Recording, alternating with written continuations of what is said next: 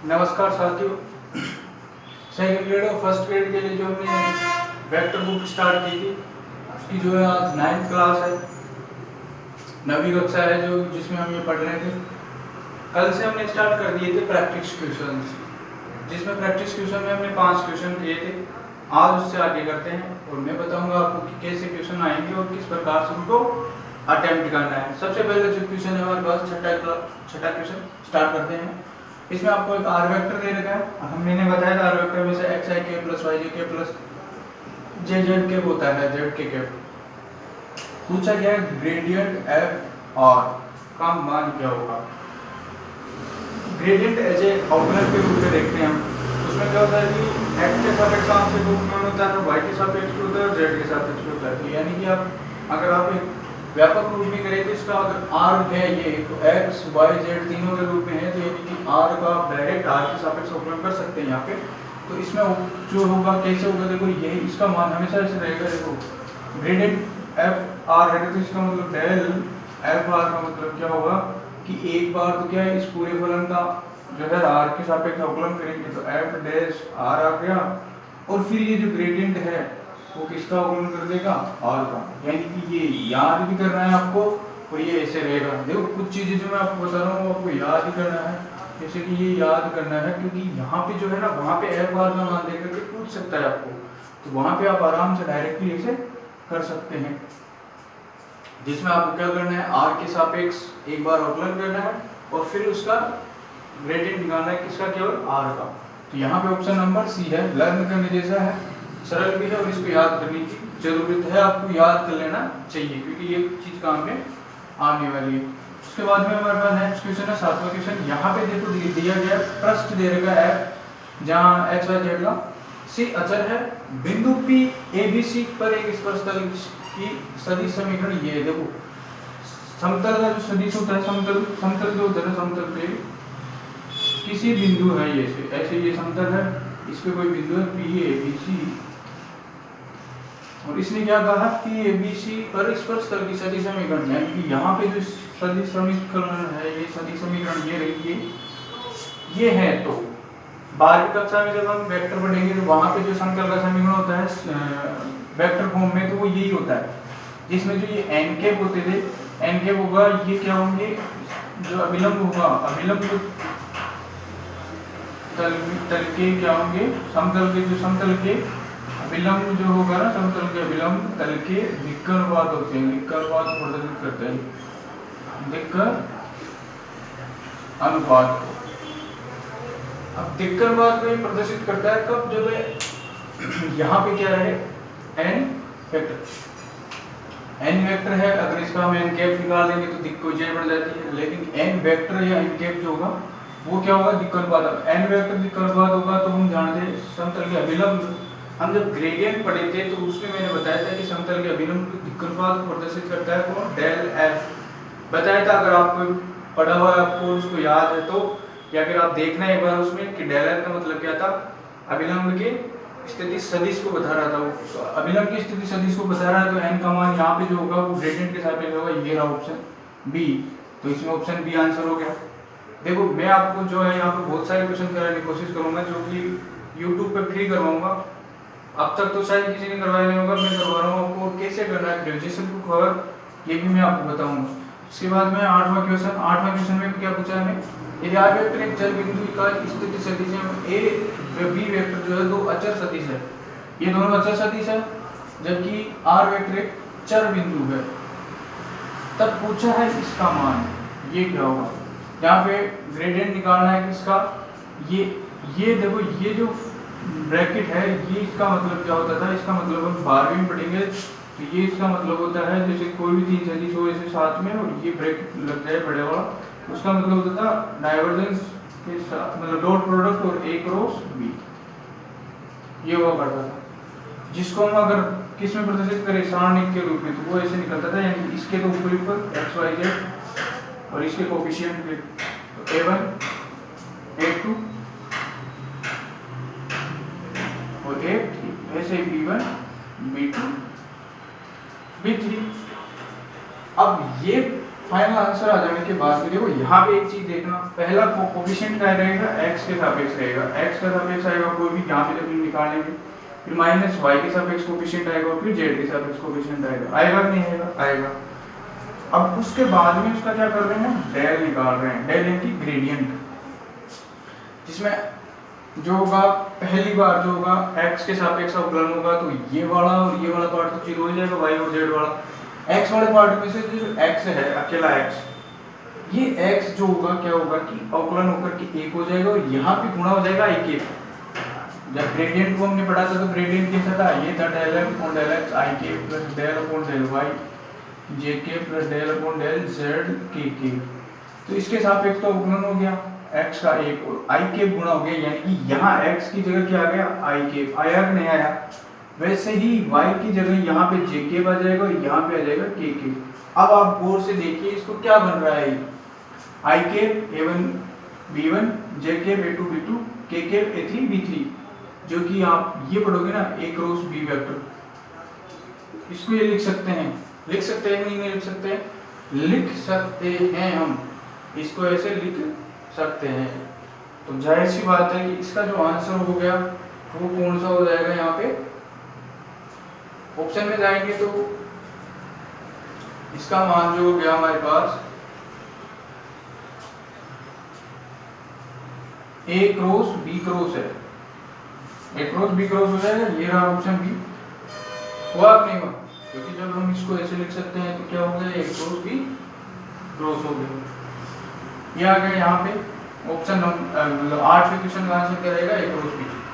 अब एक चीज आपको यहाँ पे मैंने तरीका बता दिया कि ये कैसे आया, डायरेक्ट याद रखने की कोशिश कर सकते हो आप, अगर इसको याद रख सकते हो तो और भी बढ़िया चीज है, क्योंकि वहां पे जब क्वेश्चन आएगा तो आपको टाइम नहीं लगेगा, याद रहेगा। और याद रखने में क्या है, क्रॉस b वेक्टर रहेगा इसका मान, बाकी निकालने में बहुत सरल है, निकालेंगे तब भी भाई x की जगह i के, y की जगह j के और z की जगह k के आने वाला है। तो जब ये स्थिति होगी तो जाहिर सी बात है a क्रॉस b वेक्टर बन जाएगा। अब नेक्स्ट जो है 9वां क्वेश्चन है, 9वें क्वेश्चन में बात करते हैं तो r वेक्टर का मान दे रखा है, एक चर बिंदु का स्थिति सदिश दे रखा है और यहाँ दे रखा है a वेक्टर एक क्या है, अचर सदिश है। तब what is the value of gradient of r vector dot a vector. अगर a वेक्टर अचर सदिश है तो हम a वेक्टर को क्या मान सकते हैं, एक अचर सदिश मान सकते हैं। अचर सदिश मानेंगे तो देखो यहाँ पे क्या होगा, ये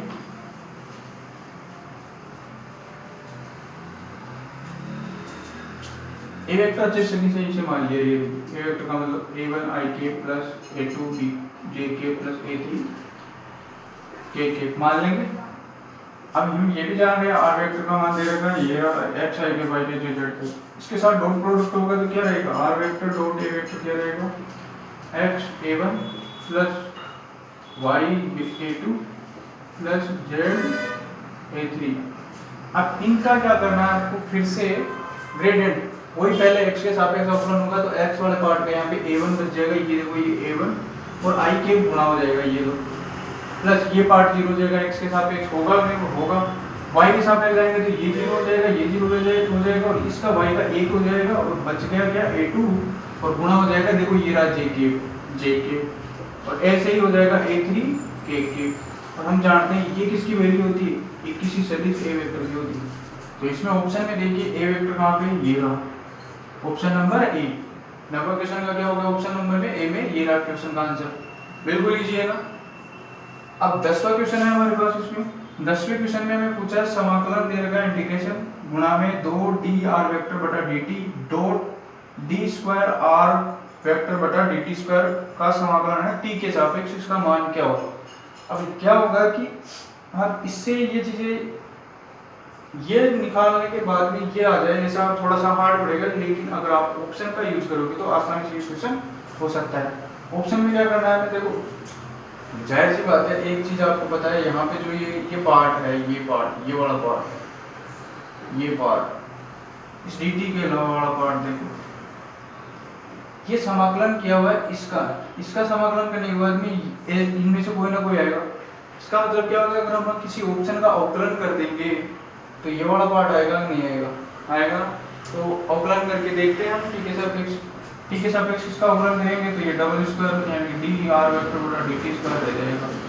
बचेगा ये नहीं आ रहा होगा फिर भी, तो ये तो नहीं हो सकता। इसके बाद में इसमें जाएंगे, इसका जब हम करते हैं तो देखो घात तो आगे आई जाती है, घात एक कम हो जाती है, फिर डी आर बटा डी टी हो जाएगा वेक्टर में, और डॉट अब डी आर बटा डी टी का करेंगे तो वो जाएगा डी स्क्वायर आर बटा डी टी स्क्वायर, यानी कि ये वाली फॉर्म जो है हमें प्राप्त हो रही है। साफ जाहिर सी बात हो गई कि बी इसका आंसर परफेक्ट आंसर रहेगा। यानी कि आप देखो ये क्वेश्चन कैसे थे, बिल्कुल इजी थे। अब इनमें से मैंने कहा ना ये वाला पर्सन जो है छठा पर्सन आपको ऐसे कैसे याद रखना है, इन चीज़ों को आपको याद कर लेना है, बाकी आपको अगर समझ में आ गया हो तो आप ऐसे कर सकते हो, और 8वें क्वेश्चन को भी अगर आप लर्न कर सकते हो तो करना, इसमें भी कोई दिक्कत नहीं होगी। तो ये हो गया, और ये इनको भी निकाल के बता दिया कैसे आएगा, और ये वाला पर्सन भी आपको याद भी कर लेना है। वैसे आपको समझाया गया कि अभिलंब के दिक्कतवाद होते हैं वेक्टर, तो ये दिक्कोजय है तो एन वेक्टर क्या हो जाएगा दिक्कतवाद, जो कि डेल एफ रहता है। ग्रेडियंट निकालते हैं, इसमें डाइवर्जेंस और कर्ल तो होता है वो, तो ग्रेडियंट के लिए ही अभिलंब सदिश की जो है सदिश होती है वो एन वेक्टर, इसलिए हम यहाँ पे डेल एफ निकाले। अब आइए नेक्स्ट क्वेश्चन करते हैं।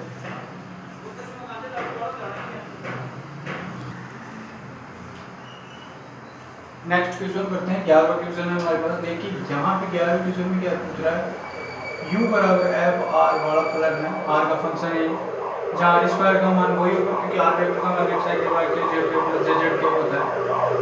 अब हमारे यहाँ पे देखिए इसमें पूछा क्या है, ये पूछा है डेल स्क्वायर u बटा del x square plus del square y बटा del y square plus del square u del z square. इसका क्या अर्थ हुआ था, लाप्लासियन ऑपरेटर पूछ रहा है, डेल स्क्वायर पूछ रहा है। अब डेल स्क्वायर पूछ रहा है यानी कि पूछना क्या चाहता है, ये पूछना चाहता है डेल स्क्वायर u, इसे हम क्या लिख सकते हैं डेल स्क्वायर एफ आर, क्योंकि यहाँ पे u बराबर एफ आर है, ये पूछना चाह रहा है। अभी हमने पढ़ा था डेल एफ आर का मान क्या था, डेल एफ आर का मान था f dash r del r, f dash r del r था, ये मैंने कहा था आपको याद करना है। इसी प्रकार इसको भी अगर आप याद कर लोगे तो बहुत बढ़िया है। देखो यहाँ पे एक एफ डेश आर एक बार अवकलन है कि नहीं है, तो यहाँ डेल स्क्वायर तो दो बार अवकलन हो जाएगा इसका, एफ डबल डैश आर, इसका डेल स्क्वायर एफ आर का,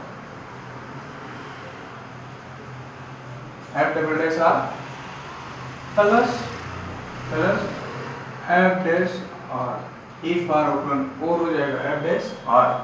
अब इस डेल आर का देखिए क्या रहेगा, इस डेल आर का मैंने कहा 2 बटा आर, आर नीचे आएगा नहीं आएगा, आएगा, और ये 2 कहाँ से आ रहा है, आर स्क्वायर है, इस वजह से 2 आएगा। ये याद करने के लिए मैंने बताया, आपको याद करना है, डायरेक्ट ऐसे करने जाओगे तो बहुत बड़ा हो जाएगा। ये चीज़ भी आपको एक तरह से लर्न नहीं करनी है, जो मैं कह रहा हूँ ना, जिन चीज़ों की आपको केवल ये याद करना है, उन क्वेश्चन को आप अलग से लिख लेना है कॉपी में बना करके। मैंने ऐसे किया था कि मैंने जो चीज़ें मैंने पढ़ी तब उस समय मैंने लगा कि यार ये बड़ा भी है और ये करने में भी हार्ड पड़ रहा है, तो आप इसको डायरेक्ट लर्न कर लेते हैं ताकि इससे और भी चीज़ें आसान हो जाएगी। तो उन चीज़ों को मैंने जो है अलग से एक कॉपी में लिखा है, ताकि वो मैं जब बाद में जब मैं परीक्षा से पहले जो है एक क्विक रिवीजन करके चला जाऊँ।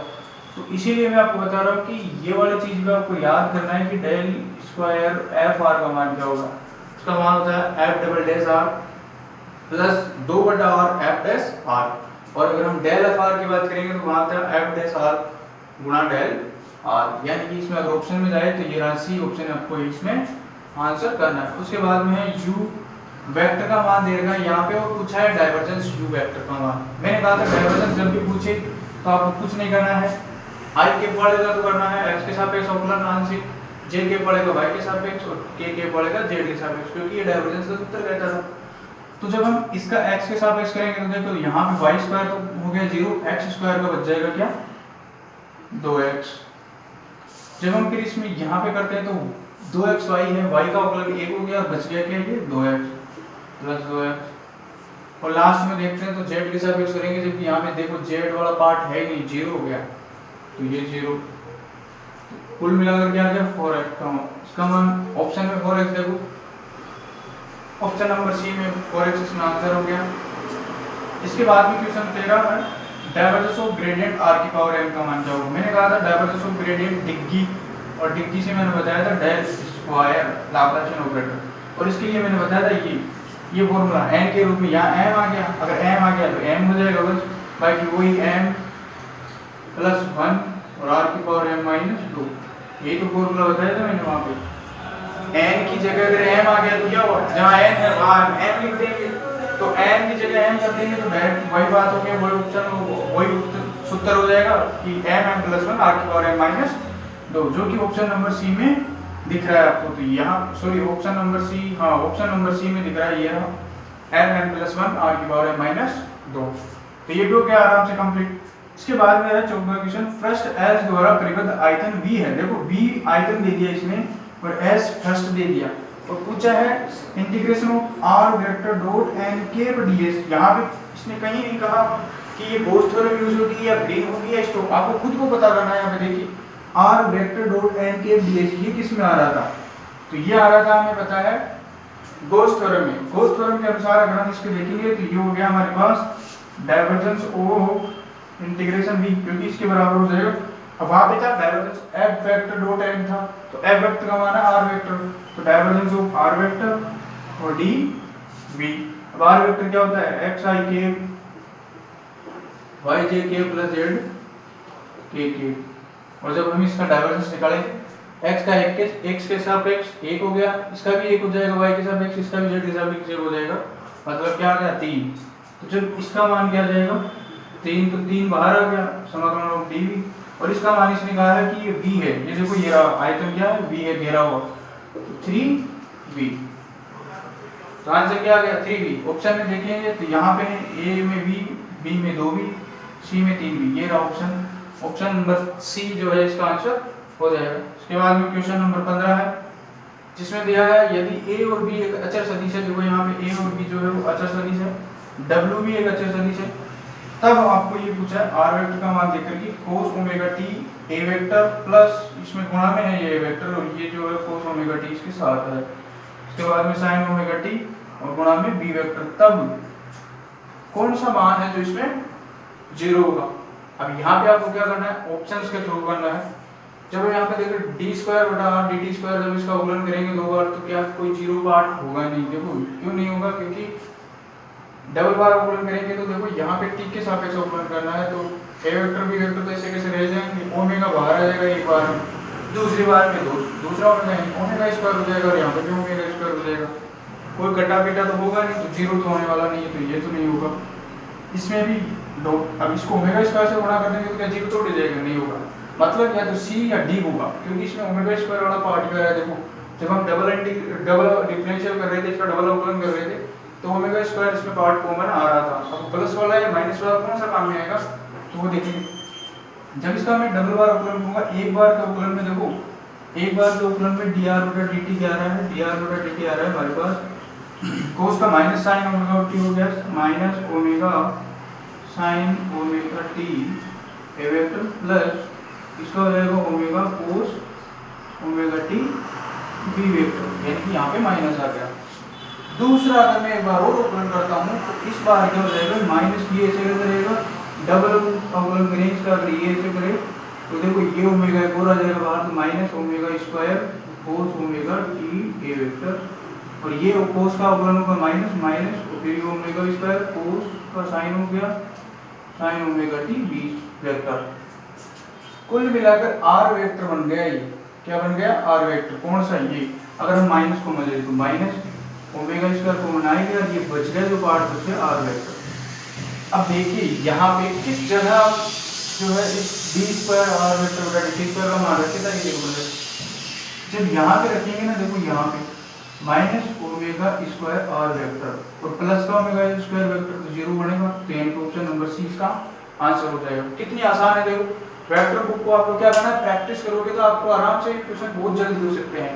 जैसे कि अभी मैं आपको समझा के कर रहा हूँ, फिर भी ज़्यादा टाइम नहीं लग रहा, तो वहाँ पे भी आपको क्या करना है, प्रैक्टिस कर लोगे तो अच्छी बात है।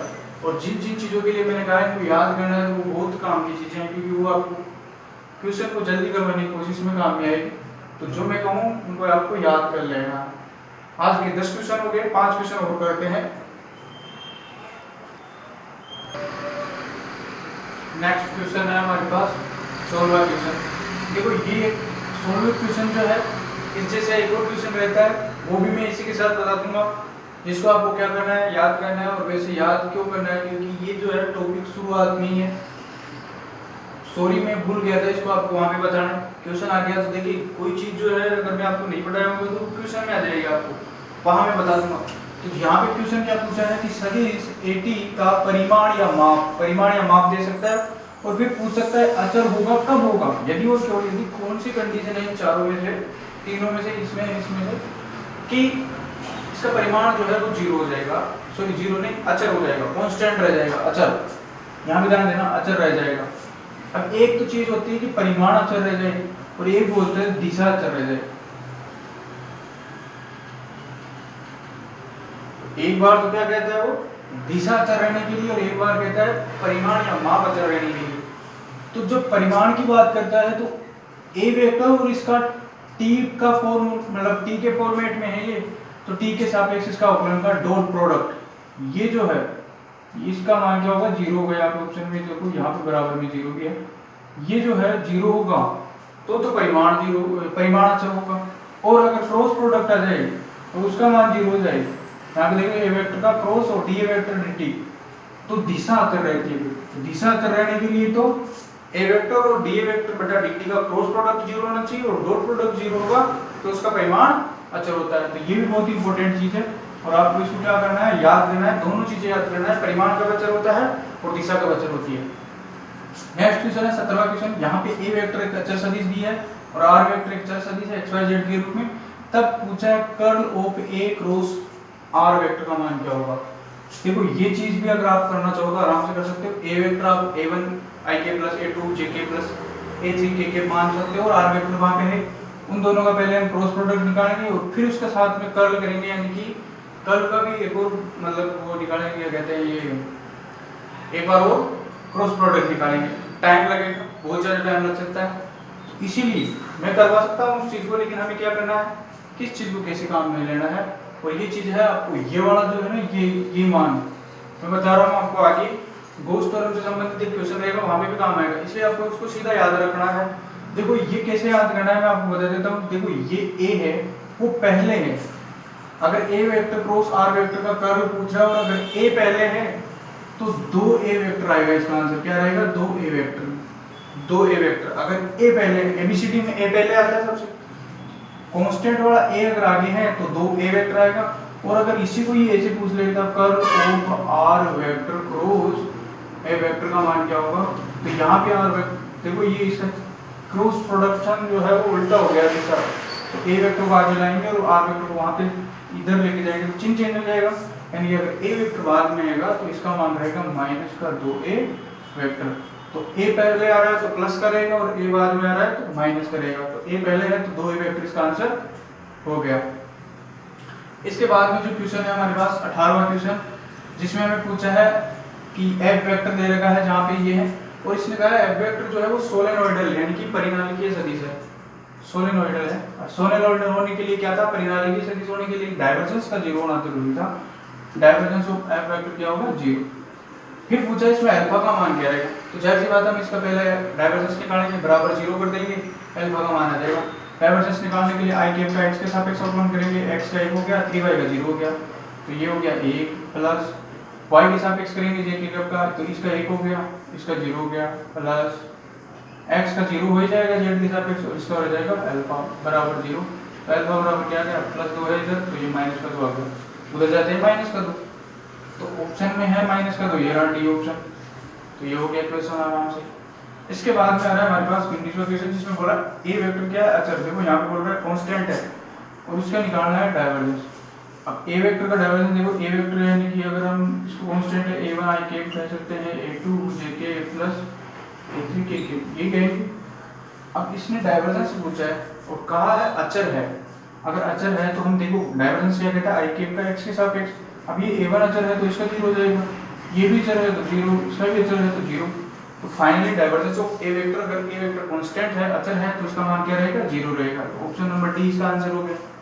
ऑप्शन नंबर डी क्या हो गया, इसका आंसर हो गया।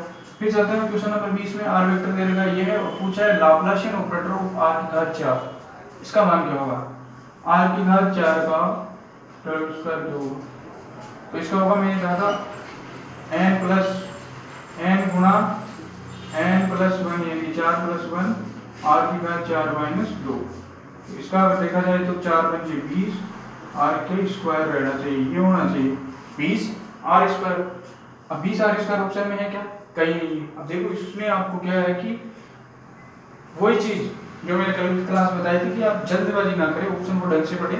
यहाँ पे n के रूप में फॉर्मूला में जो है यहाँ पे n के रूप में दे रखा है और d है बिना n के, मतलब ऑप्शन में कोई नहीं वाला है d।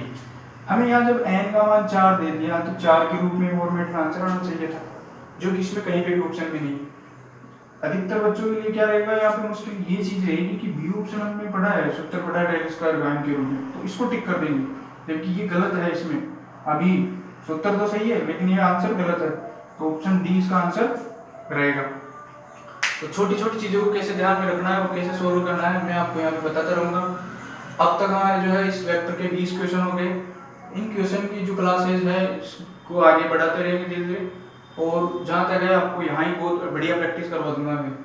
तो मैं जो आपको ये क्लासेज दे रहा हूँ वो अगर आपको पसंद आ रहा है तो इनको लाइक करना, ज़्यादा से ज़्यादा शेयर करना, साथ ही साथ हमारे चैनल को सब्सक्राइब जरूर कर लेना। धन्यवाद।